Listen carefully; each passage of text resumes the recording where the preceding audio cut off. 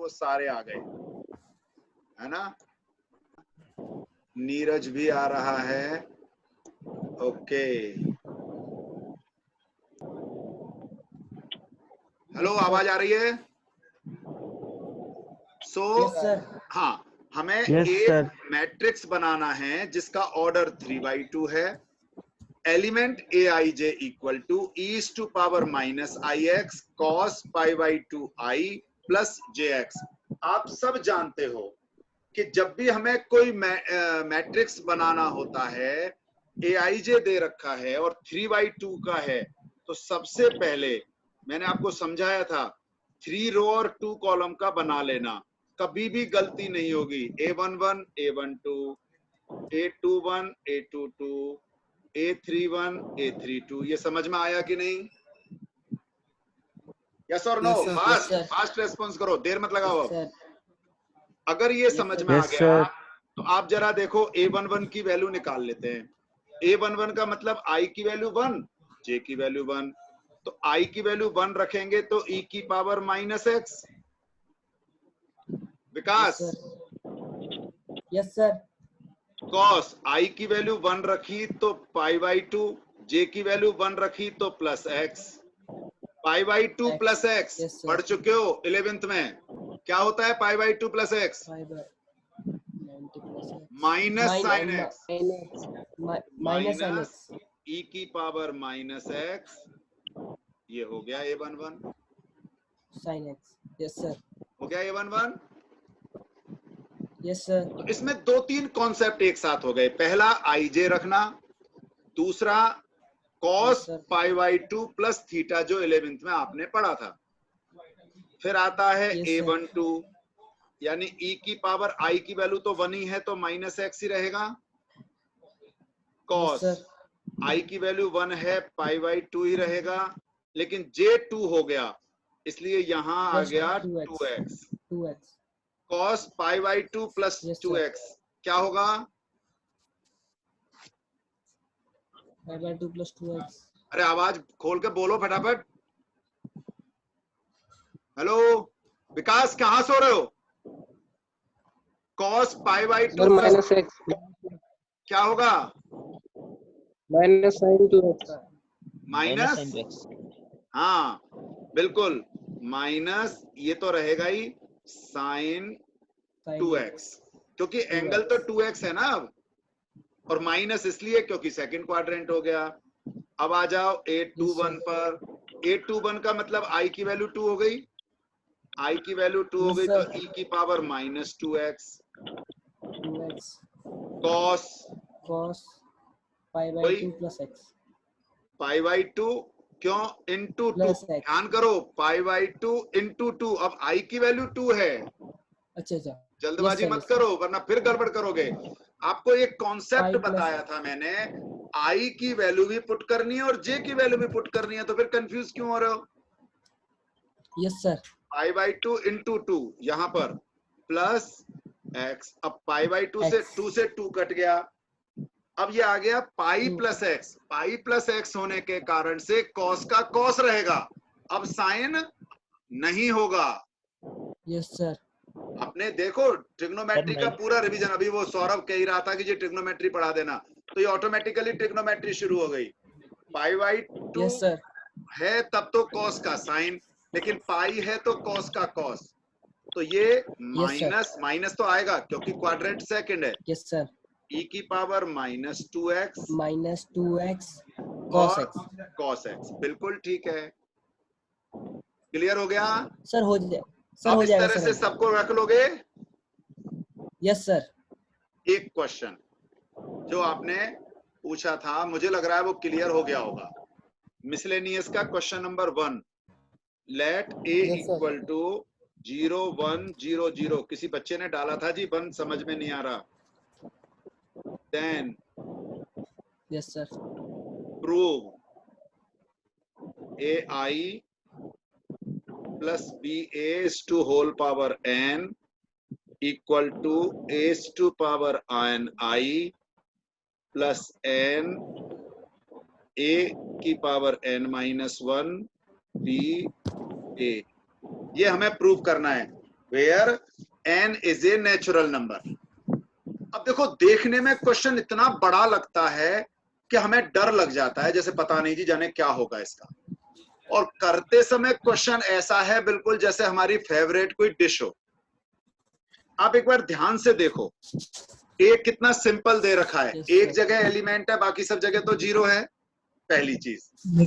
अब जरा यहां ध्यान से देखो, आई मतलब आइडेंटिटी एलिमेंट, ए दे रखा है, बी इसका कांस्टेंट है यानी स्केलर नंबर है।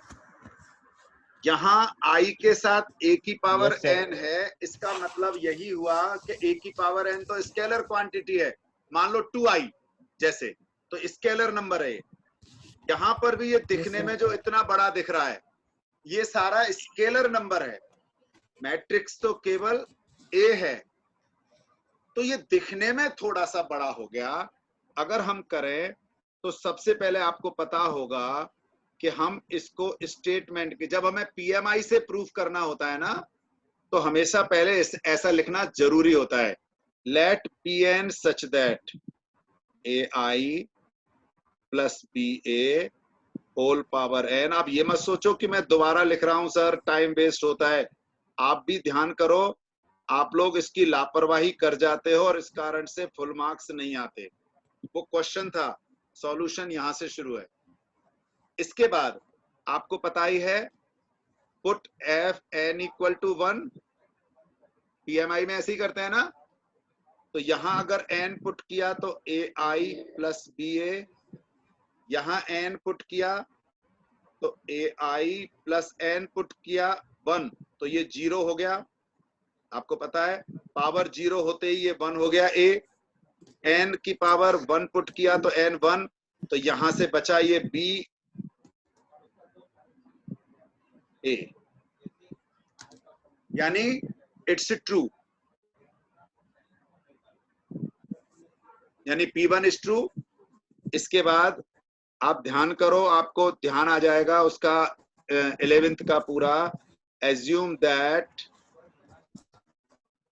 ये आपको पूरा इसी तरह से करना है, लापरवाही नहीं करना किसी भी स्टेप में। पी के इज ट्रू, तो आपको पता ही है पी के सच दैट मैं हमेशा ऐसे लिखाना पसंद करता हूं, ए I plus B A whole power के इक्वल टू, बिल्कुल अपने आप को कॉन्फिडेंट रखना कि जहां पर भी एन है वहां पर मुझे के लगाना है, कोई गलती कभी होगी ही नहीं। जहां पर भी एन था वहां पर के लगा दिया। अब मुझे प्रूव करना है, मेरे पास जगह कम है, एसी पेज पर खत्म करना चाहता हूं, 2-3 लाइन का है क्वेश्चन, ज्यादा बड़ा भी नहीं है, तो मैं थोड़ा सा शॉर्ट में करूंगा समझाने के लिए।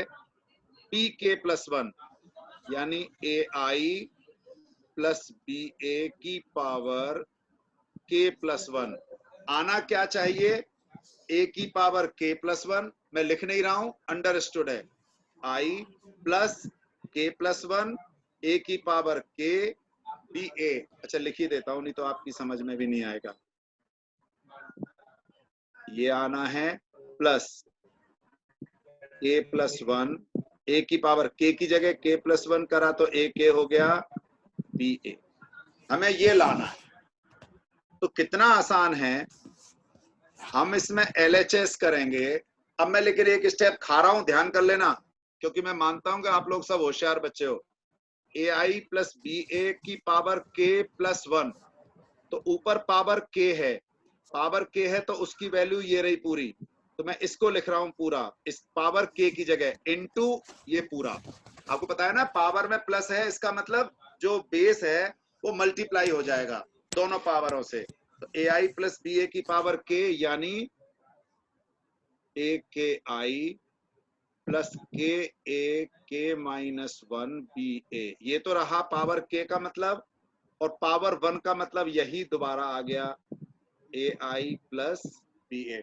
आपने देखा होगा लिखने में थोड़ा सा ये ऐसा लगता है जैसे कितना बड़ा क्वेश्चन है, लेकिन करने में ये बहुत ही आसान है। क्यों?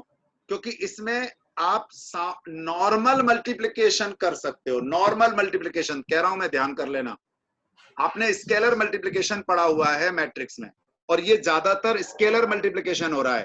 मैट्रिक्स मल्टीप्लिकेशन में रो और कॉलम करने होते हैं, लेकिन आप सब जानते हो आई से किसी भी मैट्रिक्स को मल्टीप्लाई करे तो मैट्रिक्स एज इट इज आता है, आई को किसी स्केलर से करे तो स्केलर अंदर आ जाता है, उसमें हमें कुछ करना ही नहीं होता। अब जरा देखते हैं, सबसे पहले ए के आई से इन दोनों को इनटू करते हैं।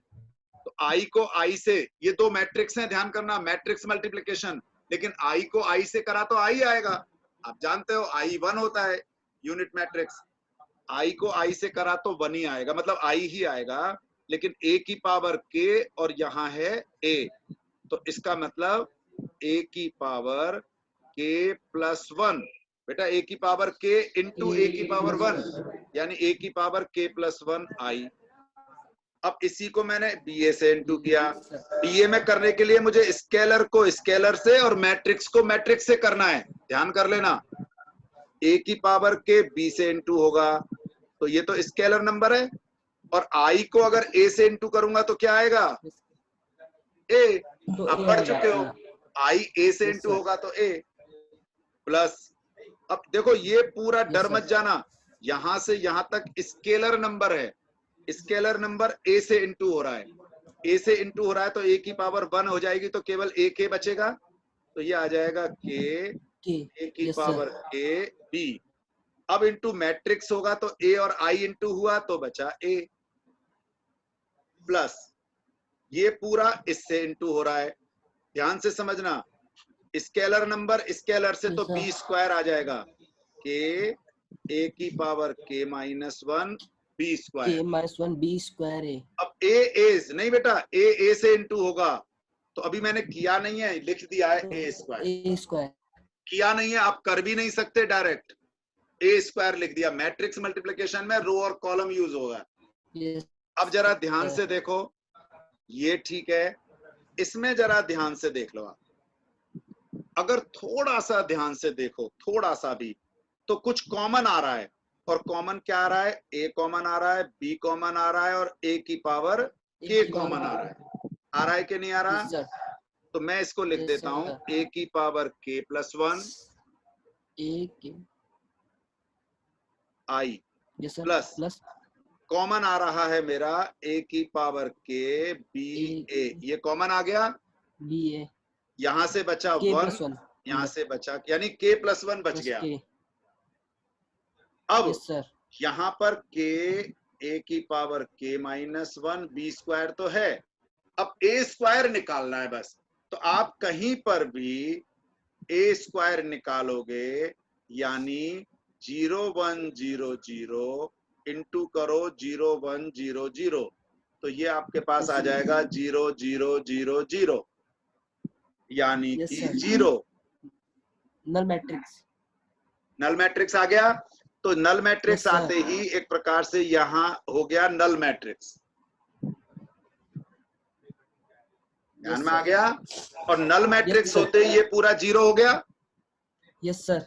और ये सारा नल मैट्रिक्स हो गया, तो नल मैट्रिक्स को अगर ऐड करेंगे, फिर समझ लो नल मैट्रिक्स का मतलब 0 नहीं है, नल मैट्रिक्स यानी 0 0 0 0, जब ऐड करेंगे तो वो हट जाएगा, यही फाइनल बच जाएगा, यही आपका RHS आ गया, यानी P k plus 1 is true, hence by PMI,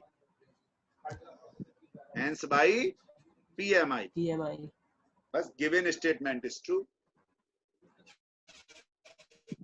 यहां तक कोई डाउट हो तो पूछ लो। No sir. है ना, गुड। No sir.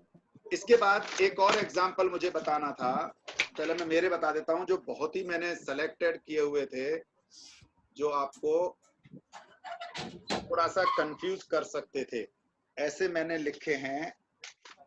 इसके बाद में, अच्छा हाँ, एक तो टाइम ओवर होने वाला है बेटा, 32 मिनट हो चुके हैं, 8 मिनट बचे हैं।